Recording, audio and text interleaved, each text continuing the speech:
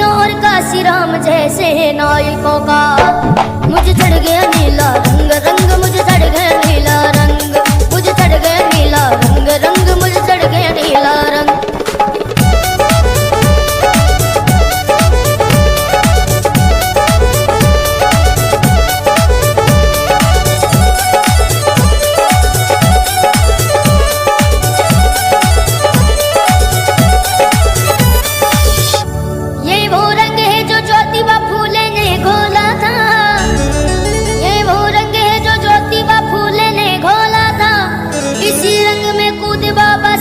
संविधान लिखा था मुझे चढ़ गया नीला रंग रंग, मुझे चढ़ गया नीला रंग, मुझे चढ़ गया नीला रंग रंग, मुझे चढ़ गया नीला रंग। जिसे रंग जमाना हो गया रंग, जिसे ओढ़ के नाचे भीम दबंग, मुझे चढ़ गया नीला रंग रंग, मुझे चढ़ गया नीला रंग, मुझे चढ़ गया नीला रंग रंग, मुझे चढ़ गया नीला रंग।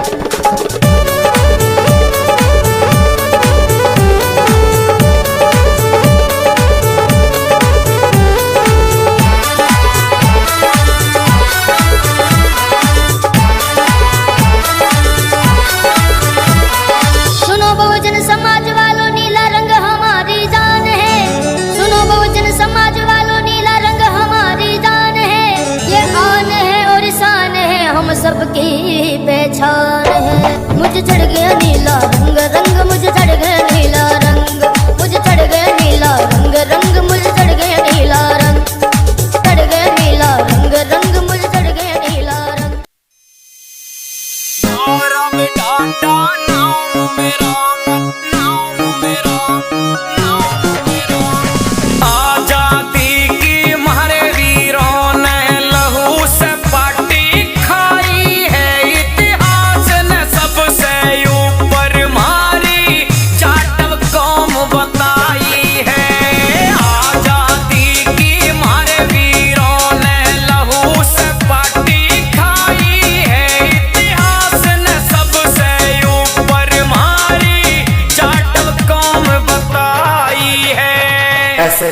Music, music.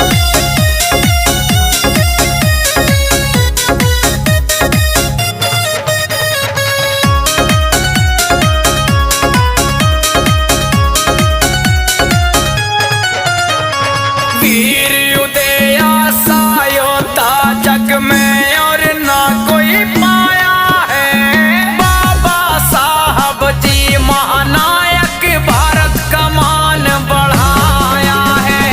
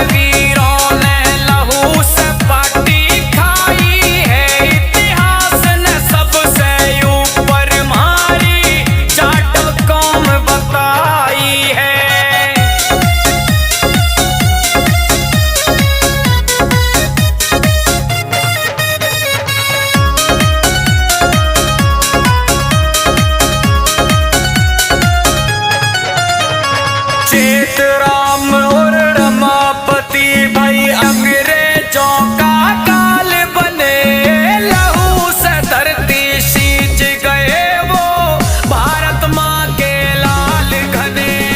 चेत राम और रमापति भाई अंग्रेजों का काल बने, लहू से धरती सींच गए वो भारत माँ के लाल घने।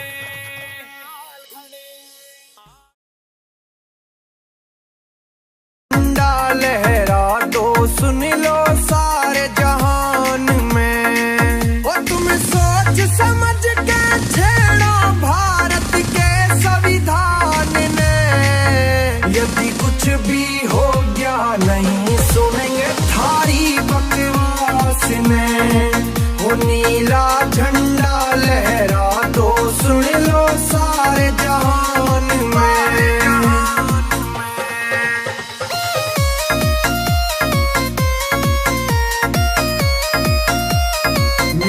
निशान सिंह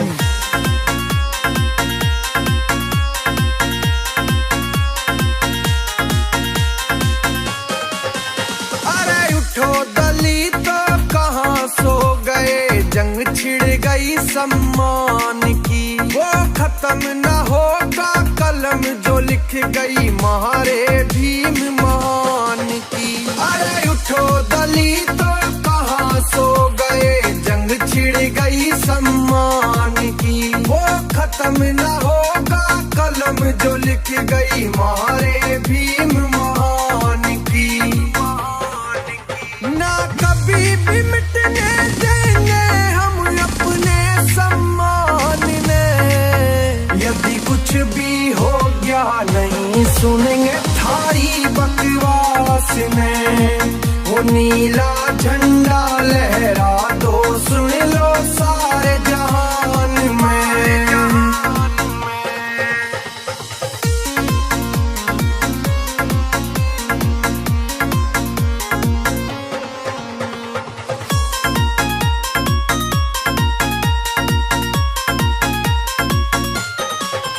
मारे घने हुए ये वीर सूरमा, दुनिया में बलिदान दिया। तेरे नाम पूजे भारत में जिनका आजादी का नाम दिया। मारे घने हुए ये वीर सूरमा, दुनिया में बलिदान दिया। तेरे नाम पूजे भारत में जिनका आजादी का नाम दिया। जिससे डायर खोप गया उधम सिंह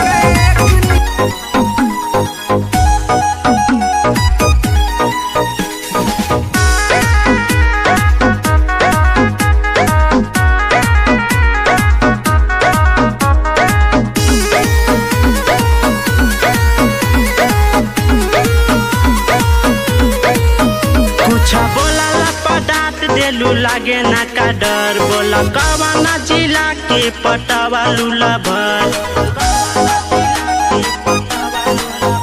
कुछ बोला पदार्थ देलू लागे ना का डर, बोला कवाना जिला के पटावा लूला भर। सुनो ये छेद छेद हो जाए तोरा बाती मेरे मारी सिक्सर के छाती मेरे पावर होला चमार जी के जाती मेरे।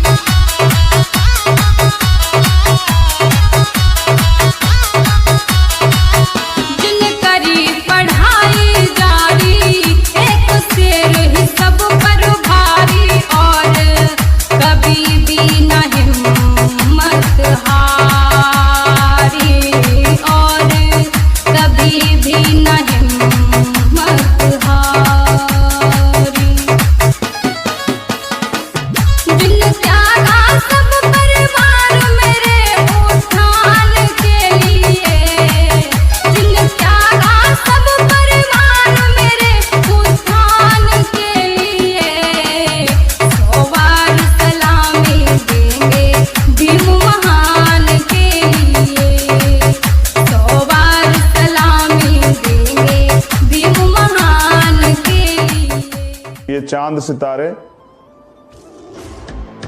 मेरे साथ में रहें, अगर आपका हाथ मेरे हाथ में रहे, कि ये चांद सूरज सितारे मेरे साथ में रहे, अगर आपका हाथ मेरे हाथ में रहे, और शाख से टूटकर गिर जाएं वो पत्ते नहीं, हम आंधियों से एक वाल्मीकि का कैसे बच्चा, एक चमार का बच्चा अगर बुलेट पे चलता है तुम्हारे पेट में दर्द हो जाता है, अगर वो घोड़ी पे बैठ जाए तो तुम्हारे पेट में दर्द हो जाता है। कासगंज में तुम बारात नहीं निकालने देते, हम सिर्फ समानता चाहते हैं, सम्मान चाहते हैं, अधिकार चाहते हैं, ये हक की बात करना चाहते हैं। ये भी अलग है क्या? ये भी गलत है क्या? तुम्हें तकलीफ इस बात से है कि जिन लोगों ने तुम्हारी गुलामी की आज वो तुम्हारे आगे सर उठा रहे हैं। आजाद भारत के गुलाम दलितों की आवाज आज बात कर रही है सरकार, सुन ले कि हम बाबा साहब की कही वो बात कि 21वीं सदी हमारी है, हम उसे करके रहेंगे, इसमें हमें कोई रोक नहीं सकता। आपको दुश्मन और दोस्त को भी पहचानना होगा कि इस देश में मुसलमान तुम्हारा दुश्मन नहीं है, इस देश में ओबीसी वर्ग तुम्हारा दुश्मन नहीं है, इस देश का बुद्धिस्ट, इस देश का ईसाई, इस देश का और कोई भी अल्पसंख्यक तुम्हारा दुश्मन नहीं है। अगर दुश्मन है तो सिर्फ एक, वो है ब्राह्मणवाद। वो ब्राह्मणवाद जो आदमी के ऊपर आदमी को शोषण करने का हक देता है, जो इंसान को अछूत और जानवर को प्रेम बताता है, प्रेम करने की आवाजादी देता है, जिसके लिए वो कहता है कि जानवर इस देश में सर्वोपरि है और इंसानों में वो आपसी मतभेद करता है, उनके हाथ का पानी नहीं पीना चाहता। मैं बस इस पगड़ी का मान रखना चाहता हूँ और तुम्हें बता देना चाहता हूँ कि तुम्हें तैयार रहना होगा। ये आज क्या हफ्ता मुझे मौका मिले ना मिले, ये कहते हैं रोज कि चंद्रशेखर को जल्दी मरवा देंगे। अरे अगर मेरे मरने से कौम जागती हो, मेरे मरने से बहुजन समाज एक होता, तो मैं अपने लोगों से कहता हूँ कि उनकी जरूरत नहीं है, तुम मार दो, तुम्हारा भाई मरने को तैयार है। बिल्कुल साफ बात है। अगर मेरे या विनय के या हिमांशु के या सुजीत के या जितने नौजवान भी आर्मी में काम कर रहे हैं, अगर उनके मरने से कुर्बानी आती है तो हम कौम के लिए इतने वफादार हैं कि तुम्हें छूट है, तुम जिस अस्त्र से जाओ, जिस शस्त्र से चाहो हमें मार दो, लेकिन कुछ ना कुछ तो ऐसा कर दो कि देश में आने वाली पीढ़ियां तुमसे सवाल ना करे कि जब ईमानदार लोग लड़ रहे थे, जब वो अपना जीवन समर्पण करके समाज को जगा रहे थे, तो तब तुम घर क्यों बैठे थे। ये याद रखना, आने वाली नस्लें सवाल करेगी। तो जो लोग ये कहते हैं कि भीम आर्मी के लोग हिंसक है, मैं उन्हें बता दूं कि हम हिंसक तो नहीं है, हम संविधान को मानते हैं, लेकिन ये याद रहे कि हम कायर भी नहीं है, हम अपने सम्मान की सुरक्षा करना भी जानते हैं। मैंने